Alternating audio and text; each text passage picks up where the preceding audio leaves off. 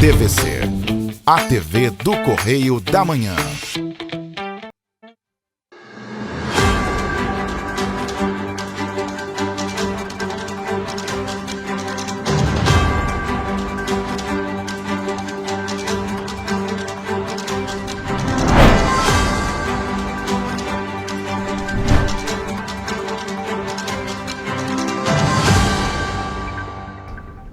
Olá, chegamos! Sexta-feira, hein? Sextou para todo mundo. Muito obrigado por estar aqui. Bom dia para você, Roberta. Bom dia para você. Bom dia, Jorge. Bom dia para você que nos acompanha. Seja muito bem-vindo. Lembrando que você pode nos ajudar a fazer os nossos telejornais. Mande para cá sua sugestão de reportagem, sua reclamação, sua denúncia para os nossos canais, que são quais, Jorge? Tá na sua tela, tvccorreidamanhã@gmail.com é o nosso e-mail aqui oficial e, é claro, tem o nosso WhatsApp, DDD 24, telefone é o 99323-1675, manda sua mensagem, participa com a gente. Olha só, e agora que eu percebi que eu vim combinando com o tempo de cinza, Tá porque agora que eu percebi, porque hoje, gente, o dia em Petrópolis amanheceu completamente fechado e chovendo, uma chuvinha fina, chuviscando, uma chuvinha bem fina, e essa chuva começou ainda na madrugada e continua agora de manhã. E lá no terceiro bloco a gente vai ver como vai ficar durante o dia, mas hoje em Petrópolis amanheceu assim, cinza. E foi sem querer, viu, Jorge? Porque eu vim combinando sem querer. Peguei e falei assim, o que eu vou colocar? Vou colocar cinza, vou colocar esse blazer. Foi sem querer. Foi sem querer. Mas eu vim combinando com o tempo hoje. Vamos então às notícias desta sexta-feira, dia 30 de maio. Câmara aprova campanha sobre uso consciente de tecnologias digitais. Dívida pública federal sobe 1,44% em abril. Mais de 67 mil famílias são assistidas pelo Bolsa Família na região serrana. A audiência pública debate a Lei de Diretrizes Orçamentárias de 2026 em Petrópolis. E você vê também que Petrópolis encerra Maio Amarelo com diversas ações na cidade. Agora no Correio Serrano, na TV.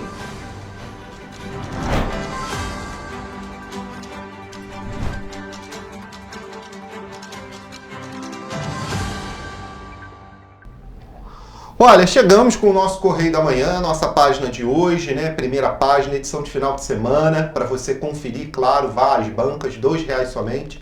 E, óbvio, lá na linha vermelha, sempre aquela notícia, assim, bomba da política, né? Sempre tem ali um que a mais, né? Pois é, na linha vermelha, alianças com líderes da centro-esquerda turbinam pré-candidatura de Bacelar em 2026. Página 3, Magna Vita, esse é o destaque de lá, mas tem mais. Vai entender, né? É. O Rodrigo Bacelar junto com centro-esquerda. Pois estranho. é. E a Agro garante crescimento do PIB, viu? É essa a expectativa do mercado quanto ao desempenho do setor primário, que deve crescer 1,7% no primeiro trimestre do ano. Está ali falando na matéria, lá na página 6, sobre esse crescimento aí do agronegócio brasileiro e do PIB, né, brasileiro, que o agro arrasta junto. Pois é, e por falar em agro, a gente tem nesta edição um caderno especial, Caderno Agro, Agricultura Social em Pauta. E aqui na nossa primeira página a gente tem outros destaques. Câmara inicia reforma administrativa. Temos também ali na foto legenda Tiago Pampolha, que era vice-governador, foi empossado como novo conselheiro do Tribunal de Contas do Estado do Rio de Janeiro. Mas vamos agora lá para a nossa página 12, porque a gente tem notícia por lá no Petropolitano. Pois é, lá Petrópolis tem saldo positivo na geração de empregos em abril. Seguiu a tendência nacional, o CAGED saiu essa semana, junto com os dados do IBGE, mostrando que o desemprego no país, inclusive os dados do desemprego no país, veio abaixo do que o mercado esperava. O mercado esperava 6,9 e veio 6,6, ou seja, menos desempregados do que o mercado achava que tinha no país. Então, está indo bem. Criação de emprego está bem, mas acende o alerta do Banco Central. É engraçado, né, a gente falar isso, mas é por aí. Muito emprego, muita geração de renda, acaba gerando outros problemas, infelizmente. Mas o bom mesmo era que todo mundo tivesse emprego, né? Estivesse empregado. E não tivéssemos os outros problemas vindo junto. Ali nas Petropolitanas fala de audiência pública, que aborda a lei de diretrizes orçamentárias, mas lá no nosso terceiro bloco a gente traz uma reportagem em vídeo. E aí a gente desce um pouquinho a nossa página, porque tem um assunto muito importante, um pouquinho mais abaixo, que fala sobre a reunião que debateu a expansão da GE Celma na cidade. Olha que bacana, né? A gente já viu em anos anteriores a GE Celma querer sair da cidade e teve um encontro aí, uma reunião. O encontro foi realizado na quinta-feira, ou seja, ontem, com o presidente da empresa, o presidente da GE Celma, que é o Júlio Talon, prefeitura e empresa aí, a GE Celma, para expansão da empresa na cidade. Muito bom, né? Tomara. Tomara, porque a gente não pode perder mais essa empresa aqui. Agora só tem ela praticamente, né? Aqui, né? Aqui na cidade de Petrópolis. Mas ainda falando das famílias da Serra, a gente tem uma reportagem sobre os beneficiários do programa Bolsa Família começaram a receber os pagamentos de maio na última segunda-feira. O anúncio foi feito pelo Ministério do Desenvolvimento, que informou que o valor médio por residência é de R$ 667. Nesse mês, foram repassados para os municípios da região serrana cerca de 43 milhões de reais destinados a assistir mais de 67 mil famílias inscritas no programa. Então, aqui na região serrana, nós temos 67 mil famílias inscritas aí no Bolsa Família. Vamos conferir. Dentro do conjunto serrano, Petrópolis é o município que atende mais grupos familiares, com 21.216, e por essa razão recebeu um repasse de aproximadamente R$ 13.845.000, sendo o maior da região. Teresópolis também tem destaque na quantidade de assistidos, com 14.850 famílias, o que gerou um montante de R$ 9.695.000. Nova Friburgo vem logo em seguida, auxiliando 9.965 beneficiários, recebendo cerca de R$ 6.470.000. Nas ruas, alguns petropolitanos afirmam que ações como essas são importantes para a população. Acho que ajuda, né? É bom. Eu acho que se tirar seria uma falta até de consideração com o pobre, o miserável pobre, né? Ajuda muito. Muitas pessoas necessitam da Bolsa Família, né? Eu, como não tive oportunidade de receber, porque eu sou aposentado, mas muitas pessoas precisam e ajuda muito. Segundo o Ministério, os pagamentos vão seguir até o dia 30 de maio. Os primeiros a receberem o valor do benefício são os usuários que possuem o número de identificação social com o final 1. Em seguida, quem tem o 2 como último dígito do NIS e assim por diante. O valor do auxílio é liberado na conta bancária de cada indivíduo cadastrado no programa. O Bolsa Família é um programa federal que contribui na renda das famílias em situação de vulnerabilidade social. O auxílio possui 5 benefícios integrados. O benefício de renda de cidadania no valor de R$ 142 por integrante da família, benefício complementar, benefício primeira infância no valor de R$ 150 por criança, além do benefício variável familiar, benefício extraordinário de transição. Para outros petropolitanos, o programa tem alguns pontos que precisam ser revistos. A honra do homem é o trabalho, uma carteira assinada, sabe, dignamente, e ajudar aquele que está trabalhando, que quer dignamente. Agora, ficar em casa só, entendeu? Aí né, o dinheiro tem que sair de algum lugar. Acaba, de alguma maneira, também criando uma população, entendeu, acomodada, que hoje nem trabalho quer mais. É o que eu penso, tá? Estou sendo bem sincero para você. É um programa totalmente fraudado também, tem muita fraude. E aí, quem paga essa conta somos nós. De acordo com o Ministério, o benefício está disponível para famílias que recebam uma renda mensal de até R$ 218 para cada membro da residência. Ou seja, é necessário somar o valor bruto mensal e dividir pela quantidade de integrantes da família. O indivíduo que se enquadra nos requisitos do programa deve se dirigir a um centro de referência da assistência social, onde é realizado o cadastro. Um dos pontos que se faz necessário ao integrar ao programa é manter as crianças na escola e cumprir o compromisso da saúde, segundo o calendário de vacinação nacional em dia.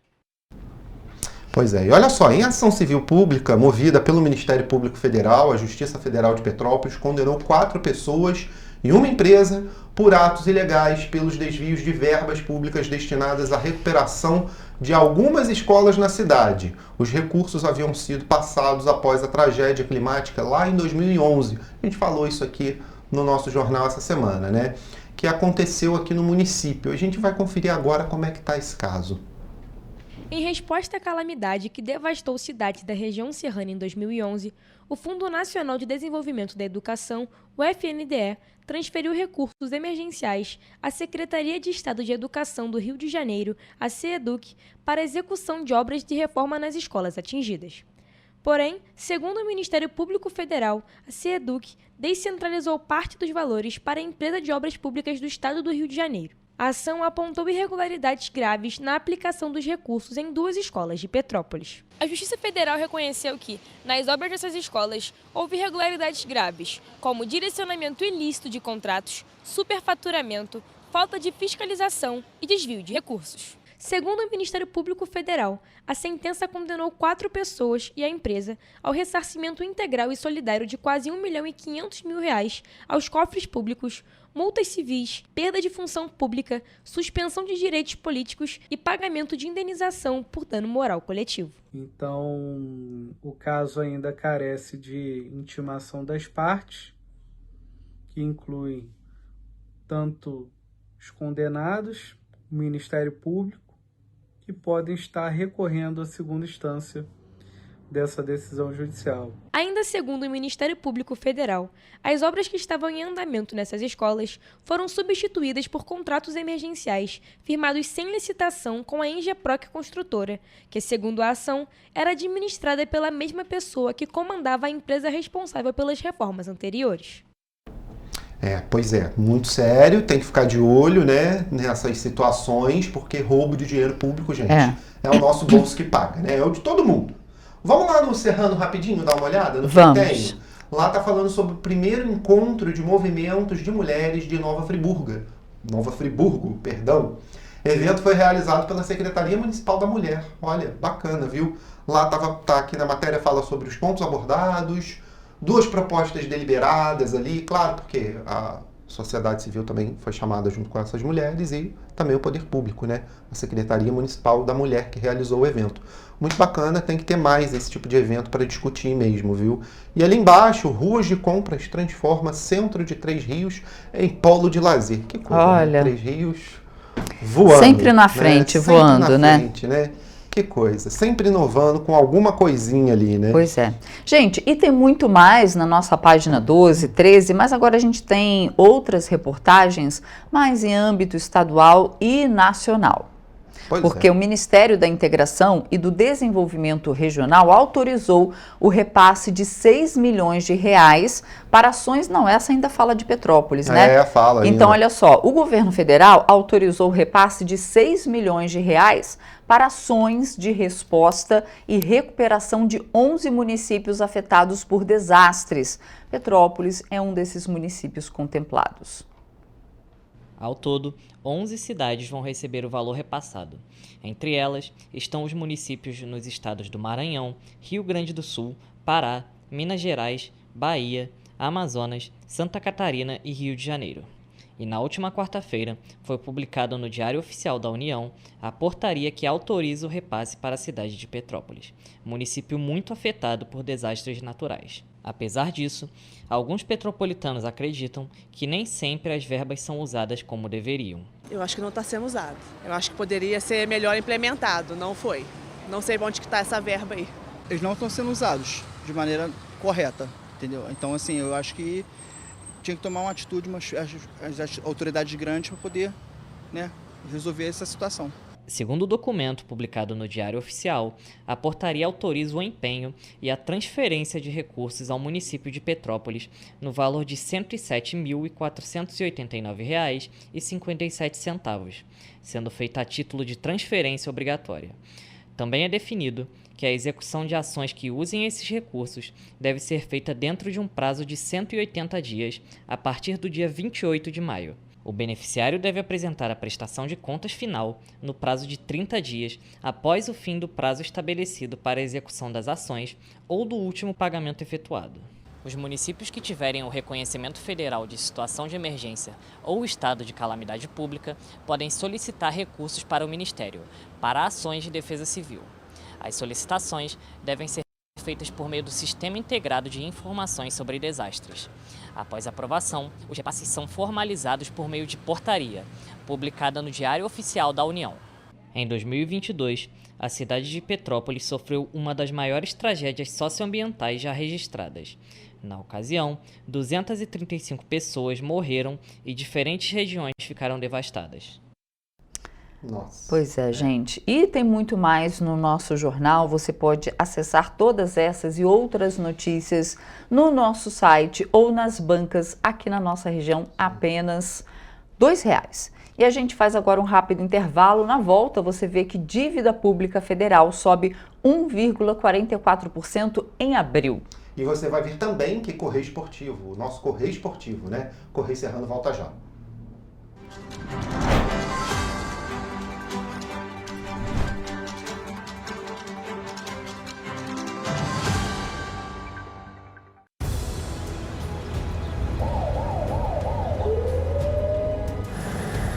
O governo do estado do Rio já investiu mais de 8 bilhões na saúde. E se eu dissesse que esse é o maior investimento na saúde já feito em toda a história do Rio? Eu diria que melhorou, mas eu quero mais. Depois de 3 anos parados, os mamógrafos móveis estão de volta. Pra gente cuidar melhor das mães e dos bebês. O governo do estado também está investindo na saúde especializada. Porque se o problema é complicado, mais atenção ele precisa. Melhorou, mas para a saúde a gente sempre quer mais. O importante é que a saúde esteja mais perto das pessoas. Por isso, todas as regiões do Rio recebem a mesma atenção. Melhorou, mas eu ainda quero mais. O governo do Rio de Janeiro também quer. Então pode ter certeza, o trabalho e os investimentos vão continuar. Governo do Estado do Rio de Janeiro. Para ter mais qualidade de vida, conte com a maior rede de academias de Petrópolis. Aqui na Corper, com uma mensalidade, você utiliza todas as unidades: Centro, Bingen, Itamaraty e Itaipava. Com planos a partir de R$ 95,00. A academia oferece ambientes modernos para você cuidar da sua saúde com segurança. Os espaços contam com dezenas de aparelhos de musculação, diversos equipamentos para aeróbico e funcional, além, é claro, de profissionais qualificados e uma extensa grade de aulas coletivas, que inclui dança, bike, jump, wolf fit, step fit, entre outras. Nossas estruturas são equipadas com salas de musculação e aulas coletivas, salas de avaliação física e nutricional, vestiários e estacionamentos amplos. Venha nos fazer uma visita e surpreenda-se! Petrópolis, uma cidade histórica, que agora tem um novo ponto de conexão. O Correio Petropolitano se renovou e leva o que de mais importante acontece na cidade, de maneira mais ágil e acessível. Acesse as notícias de Petrópolis de maneira rápida e prática, onde quer que você esteja. Fique por dentro dos acontecimentos da cidade, da política, da cultura e muito mais. Correio Petropolitano. A informação de qualidade a um clique de distância. Acesse www.correiopetropolitano.com.br. Rio de Janeiro, atração o ano inteiro. Tem descanso, tem folia. Noite e dia, alegria. Sol e praia, diversão. No prato ou copo, a festa, o bar, museu ou bloco. Show, cultura, história. Gravado na memória e no seu coração. Rio de Janeiro, vem se apaixonar.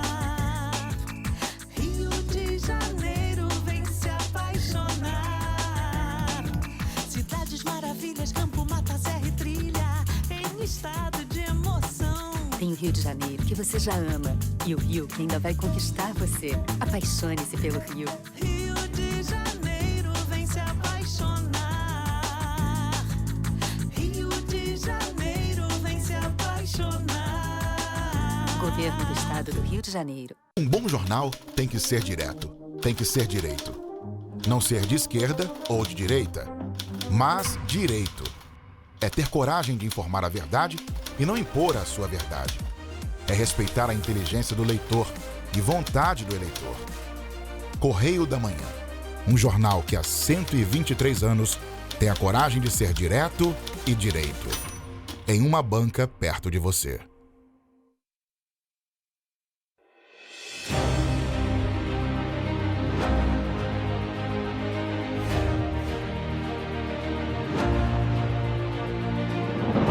Não é jornalismo de direita, é jornalismo direito. Correio Petropolitano. Tudo que seu jornal não deveria ter deixado de ser. Todos os dias, em uma banca perto de você.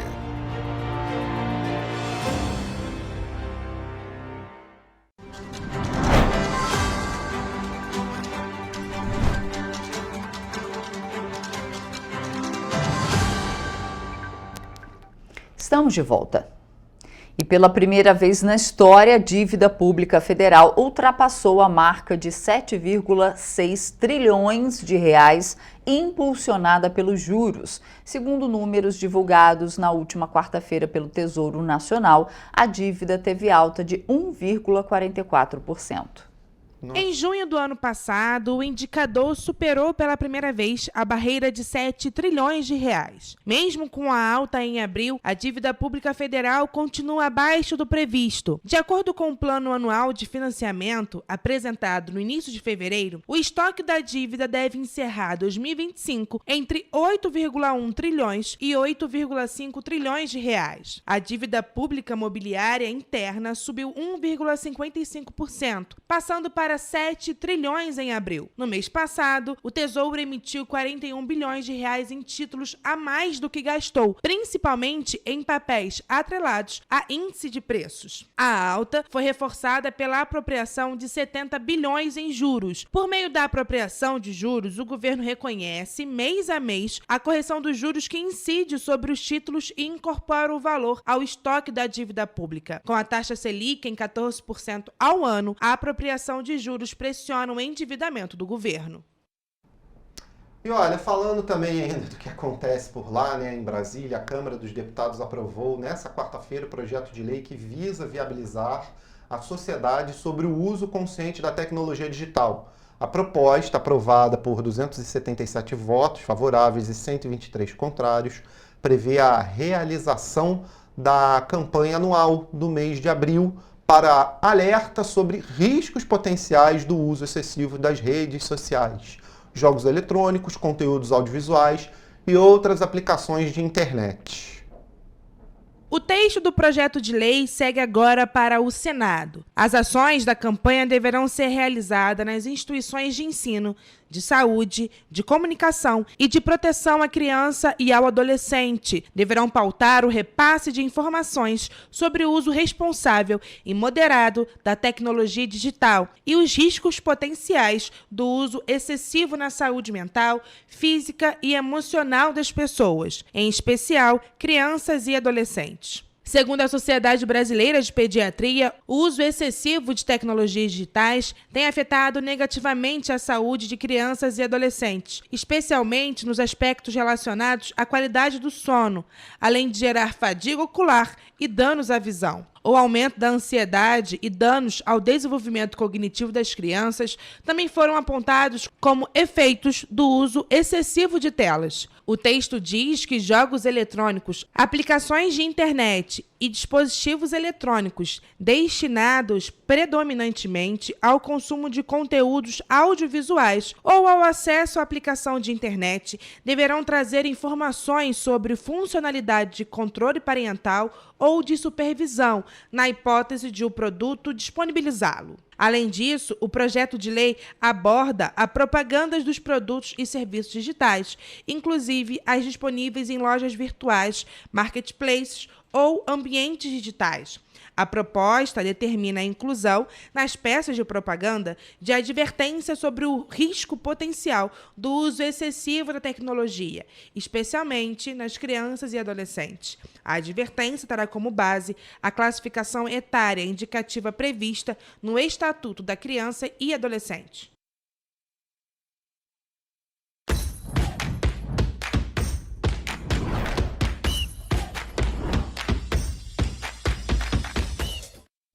Começamos agora mais uma edição do Correio Esportivo, um momento de focar em esportes aqui na TV Correio da Manhã. Nessa edição a gente vai falar sobre as competições da Conmebol, a chegada de Carlo Ancelotti na Granja Comari em Teresópolis e, é claro, sobre a final da Conference League.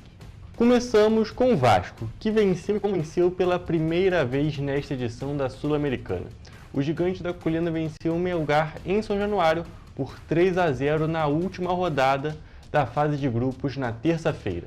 A vitória cruzmaltina foi conquistada no primeiro tempo. Os gols da partida foram marcados pelo cria da Colina, Ryan, que fez um golaço após um belo passe de Felipe Coutinho. O segundo foi de Paulo Henrique e, finalizando o placar, Pablo Verretti, o Pirata, marcou e fechou a vitória e a classificação cruzmaltina para os playoffs da competição. Hugo, foi um bom jogo do Vasco. Eu acho que, como você mesmo disse, venceu e convenceu. Exatamente, eu acho que foi a primeira partida do Fernando Diniz que realmente, depois do jogo do Fortaleza, que as ideias dele conseguiram realmente ser utilizadas muito bem. O Vasco jogou muito bem no primeiro tempo, no segundo tempo já estava ali com o placar definido, aí deu uma segurada também, porque o calendário é muito complicado, mas o dever de casa está feito e o Vasco está classificado, me surpreendendo até.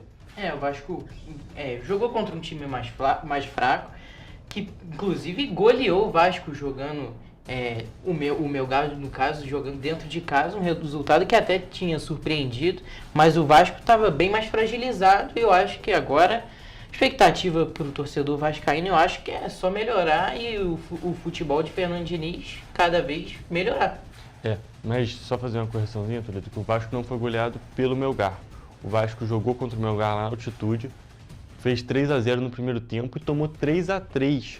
Então ficou no empate lá na abertura da participação do Gigante da Colina ali na Sul-Americana. Mas o Vasco foi goleado pelo Puerto Cabelo, que eu diria até que é pior do que ser goleado pelo Melgar. Mas já passou, o Vasco está classificado e vai pegar um time, vai para os playoffs, né? Pegar um time que vai cair ali da Libertadores. Inclusive, perigoso, o Bahia caiu, o Bahia tem um time qualificadíssimo, então tem que abrir o olho mesmo, porque essa parte da competição é bem complicada. A outra classificação de terça-feira foi a do Botafogo, mas veio um jogo bem sofrido que o Glorioso venceu por 1-0 a Universidade do Chile dentro do Newton Santos. O ponto dramático desse jogo veio da necessidade do Botafogo de vencer para avançar de fase. O que deixou as coisas ainda mais dramáticas foi a expulsão do zagueiro Jair ainda no primeiro tempo. Mas mesmo assim, Igor Jesus conseguiu fazer o gol da classificação do Alvinegro Carioca, que passou em segundo lugar do seu grupo. Toledo, eu diria que esse jogo tem um roteiro muito interessante e que é impossível o torcedor do Botafogo, é claro, não lembrar da maior conquista da história do time, que foi a expulsão do Gregory no início da final da Libertadores e agora a expulsão do Jair no primeiro tempo também de um jogo da Libertadores. Então tem essas duas situações que o Botafogo se colocou numa situação muito complicada e conseguiu sair vitorioso nas duas vezes. E a torcida do Botafogo, inclusive tem imagens aí, fez um espetáculo, um mosaico, a torcida gritando o jogo todo. Isso é muito importante, a gente vê o Vasco, principalmente o Vasco no caso, né? Flamengo, o Fluminense também, todos os times com apoio da torcida, e esse apoio, cara, faz totalmente a diferença. Realmente, e até você destacou o ponto dos mosaicos, é inigualável aqui no Brasil a torcida do Botafogo nessa questão dos mosaicos. Eu não sei se é a torcida que faz ou o próprio clube que organiza, mas os mosaicos que o Botafogo prepara são inigualáveis aqui, são os mosaicos realmente muito bonitos, muito organizados. E eu acho muito legal que eles ainda têm os mosaicos de duas fases, que começa de um jeito e depois fica de outro. E tudo sincronizado. Tudo sincronizado, a torcida do Botafogo está realmente de parabéns, porque fica realmente um espetáculo. E ainda mais o Newton Santos, que é um estádio muito amplo, então você tem uma noção do tamanho daquilo dali e é muito legal. Mas saindo da parte da torcida, o Botafogo está classificado agora, conseguiu ficar ali na segunda colocação do grupo e já vai para a próxima fase. Da mesma situação de um outro time que se classificou de uma maneira bem dramática, né, Toledo? Isso aí, foi sofrido. Exatamente, Hugo. E a gente precisa falar do Flamengo. O jogo que poderia ser de uma classificação simples, com um simples resultado de 1-0, foi bem mais complicado que isso. O rubro-negro carioca venceu o Deportivo Táchira por 1-0, com o gol do zagueiro Léo Pereira já no segundo tempo. E o Flamengo precisava vencer por 1-0 e venceu por 1-0. Mas o que tornou essa classificação tão dramática foi o fato de que antes do gol do zagueiro, o Flamengo estava caindo para a Sul-Americana, mesmo sendo o time bem mais forte, né? O time forte deste grupo. Porém, apesar do susto, o rubro-negro conseguiu se classificar sim, ficando em segundo lugar do grupo, empatado em pontos com a líder LDU. Eu acho que é um resultado que acho que o torcedor flamenguista mais pessimista não esperava, porque assim, o Deportivo Táchira fez a pior campanha da edição da Libertadores, não somou um ponto sequer. 6 jogos, 0 pontos, é um negócio assim, surreal mesmo. Exatamente. E assim, a expectativa do torcedor acho que era fazer um 3-0, até um 4-0, uma goleada e se classificar em primeiro. Dependia até do resultado da LDU, aconteceu e dependia do saldo de gol e acabou que passou em segundo. Exatamente, acabou passando em segundo e o principal ponto, eu acho, Toledo, é que apesar da LDU ter perdido os outros 5 jogos, perdendo todos dentro de casa, esse jogo era dentro do Maracanã, a torcida estava lá em peso e era um resultado que o Flamengo precisava muito. E mesmo assim só conseguiu um 1-0zinho ali sofrido. Uma bola parada. O Flamengo ficou a maior parte do jogo sendo eliminado.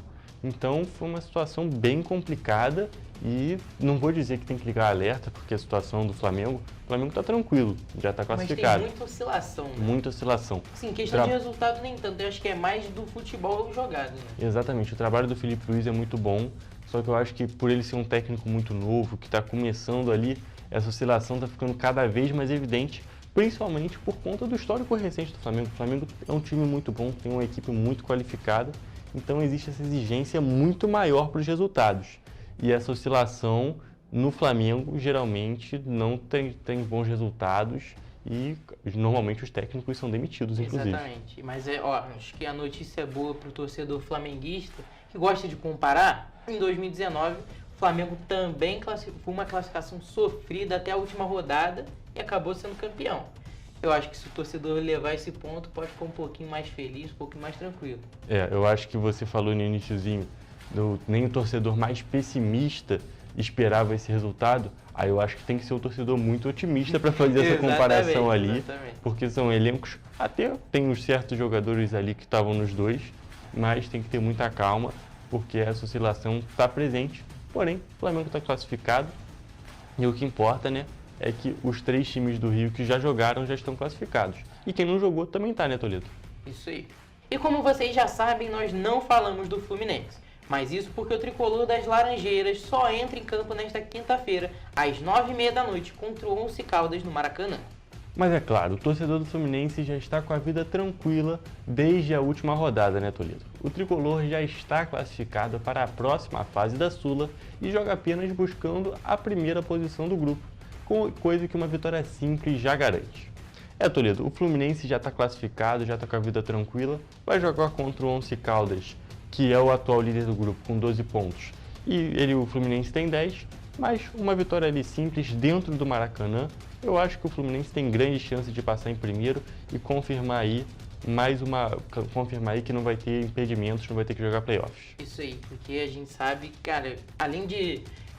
o jogador gera um cansaço ainda mais nesse calendário turbulento que o Brasil, todos os times brasileiros têm. São 2 jogos a mais em meio de semana, tudo fica mais complexo e assim, joga contra times teoricamente mais fortes que caíram da Libertadores. Exatamente, uma situação bem complicada e, é claro, o torcedor do Fluminense não quer passar a mesma situação que o torcedor do Vasco vai passar, que vai ter que jogar, vai ter mais esses 2 testes para coração, né, porque esses jogos eliminatórios são bem complicados. Isso aí, mas eu acho que o Fluminense tem total capacidade de passar em primeiro. Ainda mais vamos jogar no Maracanã. Exatamente, o Fluminense está com essa classificação em primeiro bem encaminhada. Mas, Toledo, a gente já falou muito de competição da Conmebol, a gente tem que continuar falando ali de futebol brasileiro, mas agora num outro ponto, né? Porque o Carlo Ancelotti já chegou aqui no Brasil e estava presente em 2 desses jogos da Libertadores, tanto do Botafogo quanto do Flamengo. Isso aí. Ele convocou 5 jogadores do Flamengo, foi o time que mais teve jogadores convocados para a seleção brasileira. E é uma que ele tem que ver os jogos, principalmente dos times brasileiros, porque, assim, na Europa ele já estava acostumado, da beira de campo, ver muitos jogadores brasileiros, treinar jogadores brasileiros, e agora ele tem que se adaptar um pouco também ao futebol brasileiro. Né? Exatamente, se adaptar ao ritmo daqui, que é bem diferente do futebol europeu, conhecer esses jogadores que ele não teve tanto contato. E até você falou, Toledo, que o Flamengo foi o time com mais jogadores convocados. O Flamengo teve 3 ou 4 zagueiros convocados para a seleção brasileira. O único que não foi convocado foi quem fez o gol da classificação. Um fato bem curioso, mas isso já foi. E Toledo, o Ancelotti, além de visitar esses jogos, né, ter assistido jogos presencialmente nos estádios, ele também visitou a Granja Comariá e já até provou o churrasco lá em Teresópolis. Então ele já está se ambientando com essa nova rotina brasileira. Acho que ele vai gostar. Era um técnico assim, nos tempos mais antigos, assim, quando ele treinava o Ronaldo Fenômeno, Kaká lá no Milan, era um técnico da resenha. Acho que ele vai se adaptar bem. Exatamente, eu até diria que é desde aquela época, mas até hoje. Tem aquele vídeo depois da final da Champions, ele dançando junto com os brasileiros. Tem as fotos com charuto também junto com os brasileiros. Ele já está ambientado, é um técnico italiano, mas muito brasileiro também. Agora, saindo do contexto do futebol brasileiro, nesta quarta-feira aconteceu a final da UEFA Conference League e o Chelsea saiu como o grande campeão da temporada 24-25. O time azul de Londres goleou o Real Betis por 4-1 de virada e saiu com o título. E com mais essa taça, o Chelsea se tornou o primeiro time na história a vencer todas as Copas da UEFA, sendo elas a Champions League, a UEFA Europa League, a Supercopa da UEFA e agora, é claro, a Conference League. O Chelsea com um elenco muito mais novo, nenhum jogador acima de 28 anos. Um fato muito curioso, né? E assim, jogando futebol de gente grande.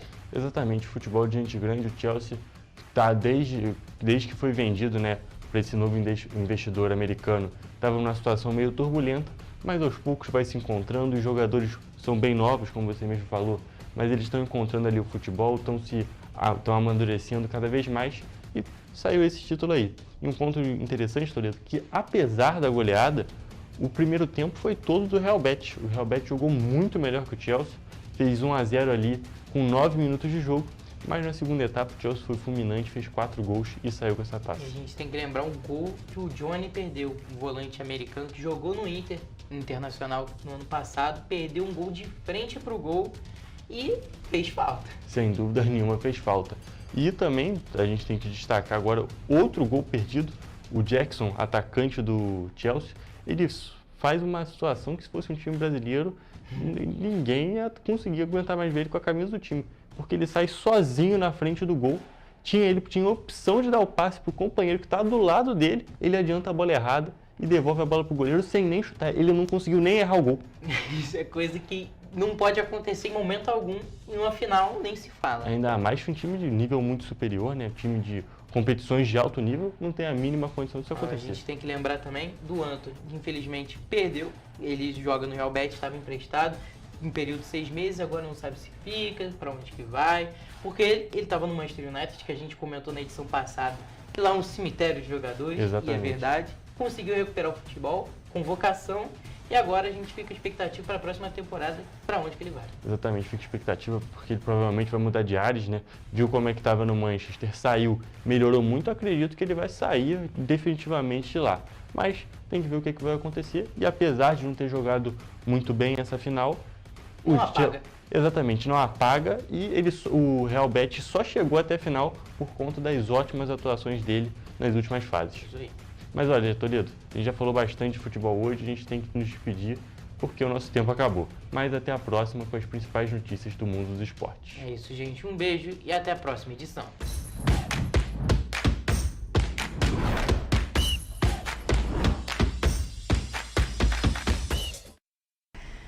E você vai ver depois do intervalo que a audiência pública debate a Lei de Diretrizes Orçamentárias de 2026 em Petrópolis. E você vai ver também a nossa agenda cultural. Voltamos já.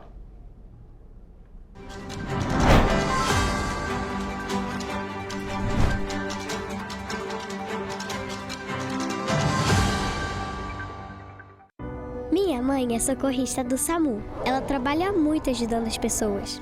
Ela tá sempre pronta para atender todo mundo, em todo canto da cidade. E para atender as pessoas com mais agilidade, agora tem até moto, a motolância, e helicóptero também. Ela me contou que agora o Rio tem muito mais SAMU. É verdade, o SAMU mudou para atender melhor, para chegar mais rápido. O governo do Rio inaugurou mais bases 24 horas, contratou mais socorristas e mais equipamentos. E sabe o que mais? Agora tem SAMU em todos os municípios do Rio. Porque nós, do governo do estado, colocamos as contas em dia e investimos mais de 87 milhões de reais nesse serviço que é essencial, o nosso SAMU. A saúde merece sempre mais. Então, pode ter certeza, o trabalho e os investimentos vão continuar. Governo do Estado do Rio de Janeiro.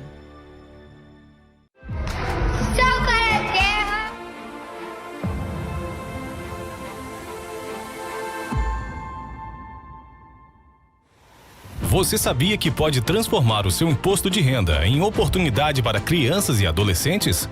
Ao invés de deixar seu imposto sem destino definido, você pode direcioná-lo para projetos sociais da sua cidade. Com um simples gesto, você ajuda a garantir educação, saúde e um futuro melhor para muitas crianças. O Sal pra Terra conta com a sua ajuda. E o melhor, não custa nada para você.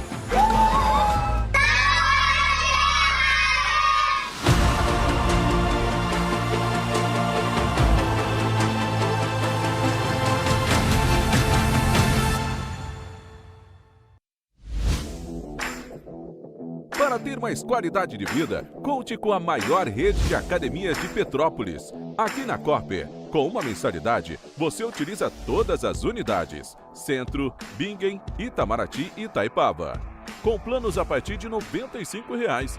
A academia oferece ambientes modernos para você cuidar da sua saúde com segurança. Os espaços contam com dezenas de aparelhos de musculação, diversos equipamentos para aeróbico e funcional.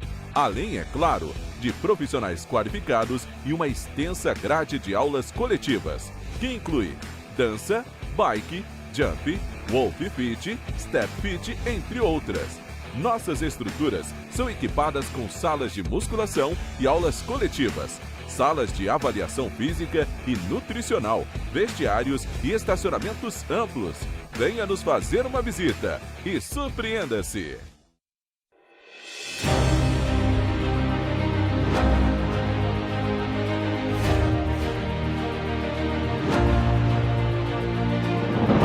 Não é jornalismo de direita, é jornalismo direito.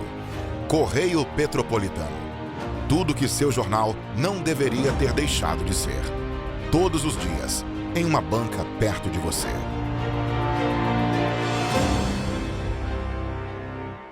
Um bom jornal tem que ser direto, tem que ser direito. Não ser de esquerda ou de direita, mas direito. É ter coragem de informar a verdade e não impor a sua verdade.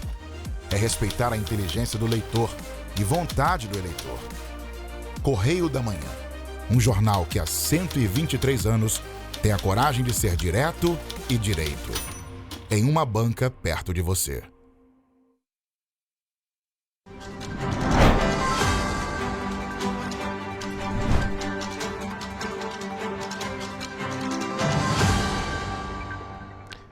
Estamos de volta. E olha, com o fim do mês de maio, a Prefeitura de Petrópolis e a Companhia Petropolitana de Trânsito e Transportes encerraram aí as ações da campanha do Maio Amarelo na cidade imperial.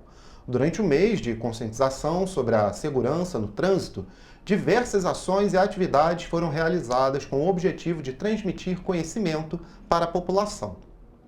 As ações da campanha do Maio Amarelo em Petrópolis começaram no dia 6, em um evento de abertura no Palácio de Cristal. Diversas ações e palestras foram realizadas na cidade com o objetivo de conscientizar a população sobre a segurança no trânsito. Já impactamos aí mais de 4.000 crianças dentro das escolas, falando sempre de educação para o trânsito, de como se comportar da melhor maneira possível e na expectativa de que essas crianças também possam, de alguma maneira, levar essa mensagem aos seus pais, para que possam ter toda a família a melhor maneira possível de conduzir no trânsito. No dia 20 de maio, um simulado de acidente de trânsito foi realizado na Rua do Imperador, no centro de Petrópolis. A atividade envolveu a CPTrans, o Corpo de Bombeiros e o Serviço de Atendimento Móvel de Urgência, o SAMU.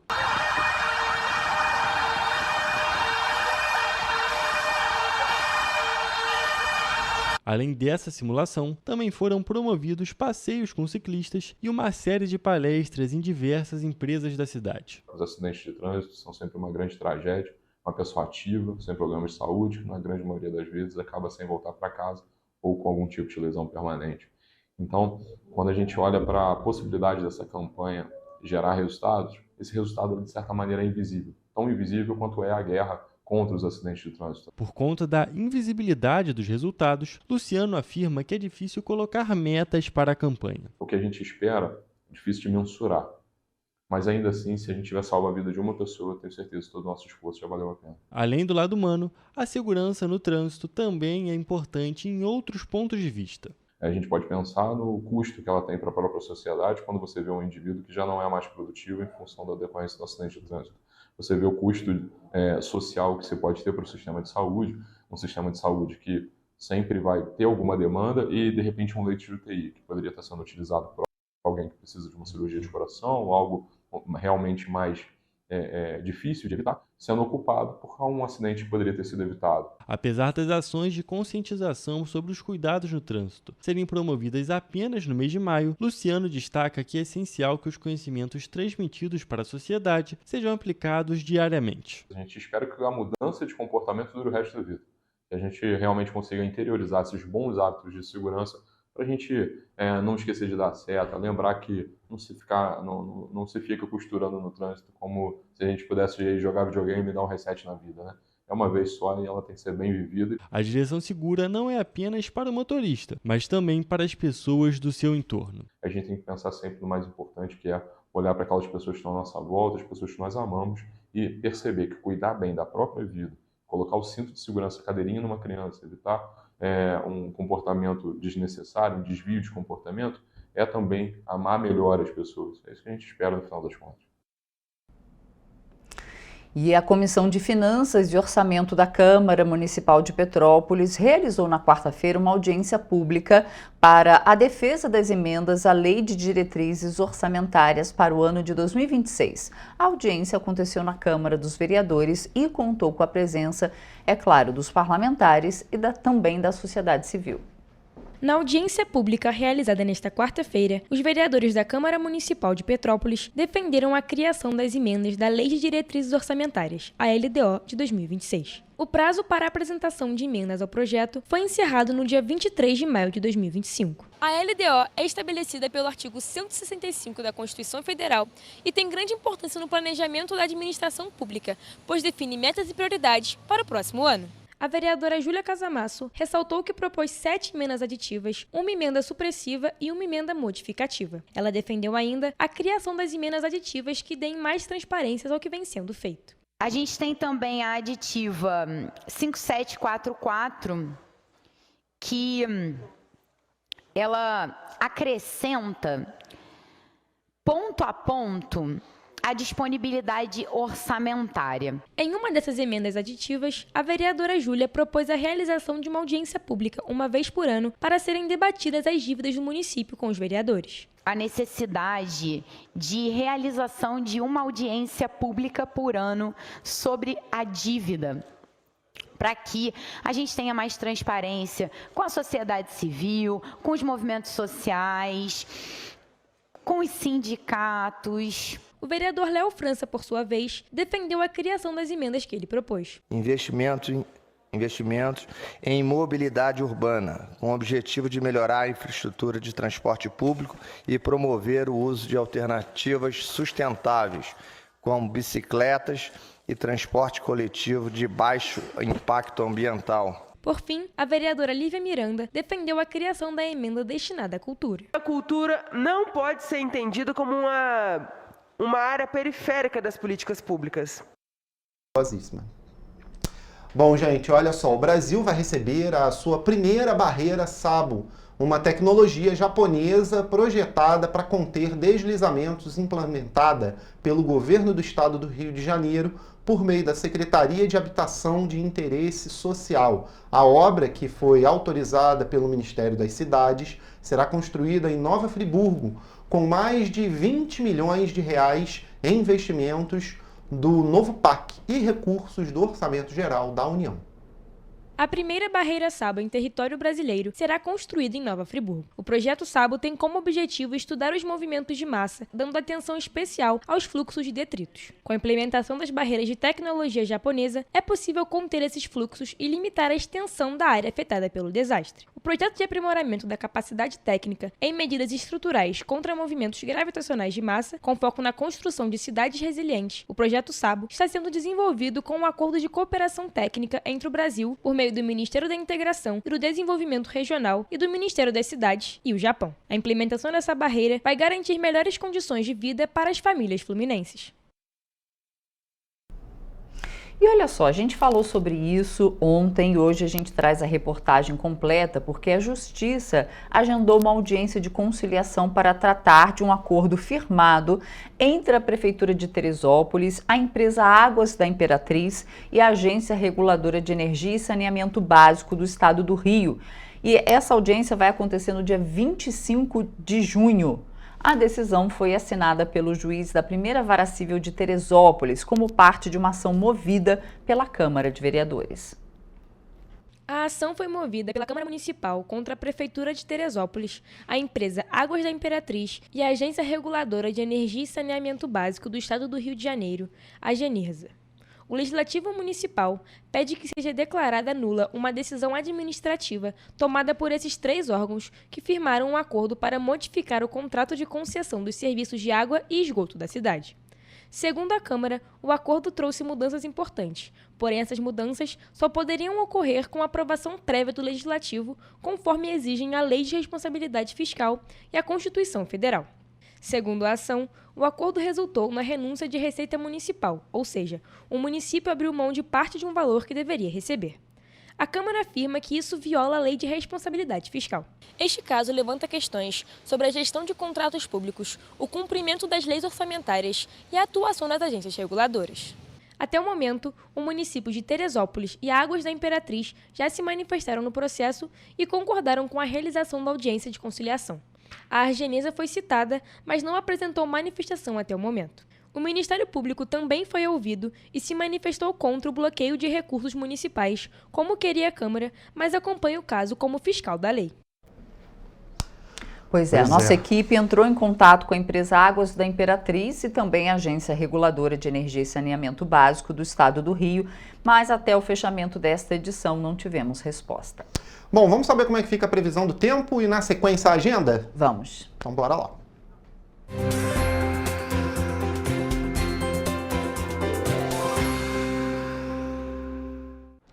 Começamos a previsão desse sextou, já avisando que deve chover aqui na região serrana e as temperaturas devem cair consideravelmente por aqui. A previsão do tempo aponta que a sexta-feira em Nova Friburgo deve ser mais fria do que foi a quinta. O dia pode ter sol com muitas nuvens de manhã, passando para clima chuvoso na parte da tarde. E à noite a chuva para. As temperaturas na cidade devem variar entre a mínima de 14 e a máxima de 17 graus Celsius. Já em Teresópolis, a sexta-feira tem a mesma tendência, com sol, muitas nuvens passando para chuvoso à tarde e na parte da noite a chuva para. E as temperaturas também variam entre as mesmas temperaturas máximas e mínimas, ou seja, a mínima de 14 e a máxima de 17 graus Celsius. Já em Petrópolis, na cidade imperial, a chuva deve atingir a cidade durante praticamente o dia todo, com aparições de sol e algumas nuvens. E à noite deve ter muitas nuvens, mas o tempo fica firme. Os termômetros na cidade devem marcar as temperaturas mínimas de 13 e máximas de 18 graus Celsius. A sexta-feira em Paraíba do Sul deve ser de sol com muitas nuvens durante o dia e períodos de céu nublado, e à noite com muitas nuvens. Mas diferente dos municípios da região serrana, não deve chover na cidade. As temperaturas devem variar entre a mínima de 18 e a máxima de 22 graus Celsius. E para finalizar, como de costume, em Três Rios também não há expectativa de chuva. O dia na cidade deve ser de sol com muitas nuvens durante o dia e períodos de céu nublado. E à noite também com muitas nuvens. As temperaturas devem variar entre a mínima de 18 e a máxima de 23 graus Celsius. E essa foi a nossa previsão do tempo para sexta-feira.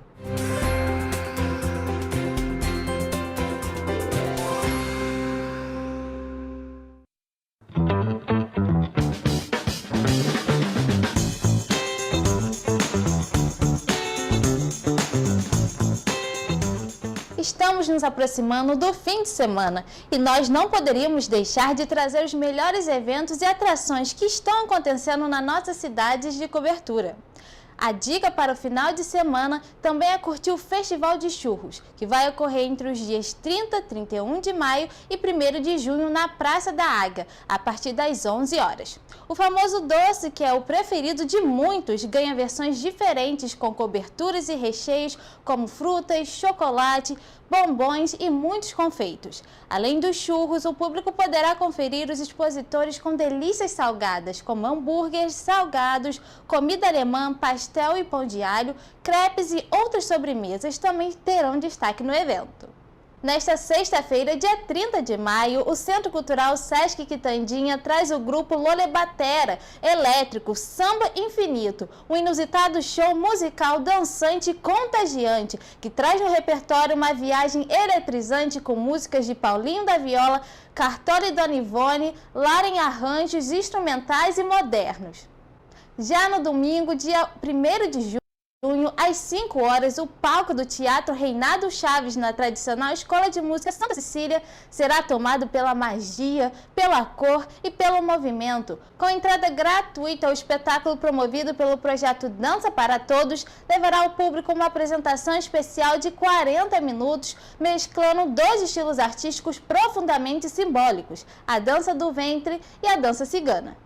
E para quem gosta de passar o fim de semana comendo uma boa pipoca e assistindo um filme, A Lenda de Orte e o Esquema Fenício estreiam no Cinemax Bauhaus Exclusive. Além disso, o Cinemax Mercado Estação está com um dos filmes mais esperados em cartaz, o live action do Lilo e Stitch, que já está sendo um dos filmes mais comentados da semana.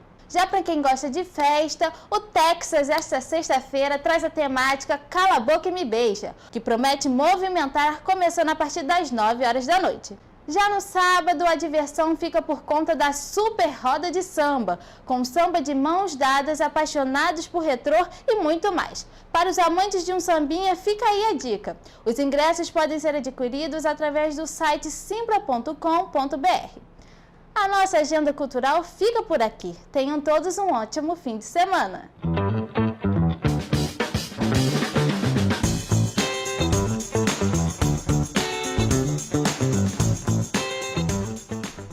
Bom, pessoal, saindo aqui para terminar a nossa edição. Amanhã tem nosso resumo da semana e, é claro, segunda-feira, 7h30 da manhã, a gente está de volta, né? Estamos de volta e esperamos você. Tchau. Tchau, tchau. Bom fim de semana.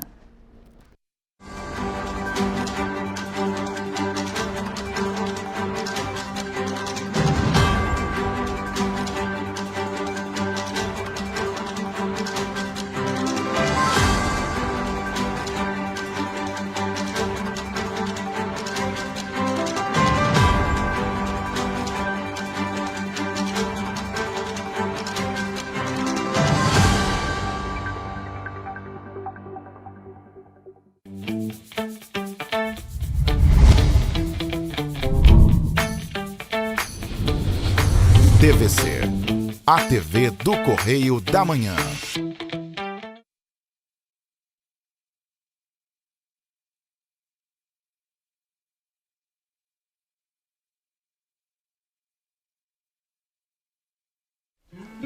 O que vocês não entendem é que para nós, mulheres, beijar é tão importante quanto o resto.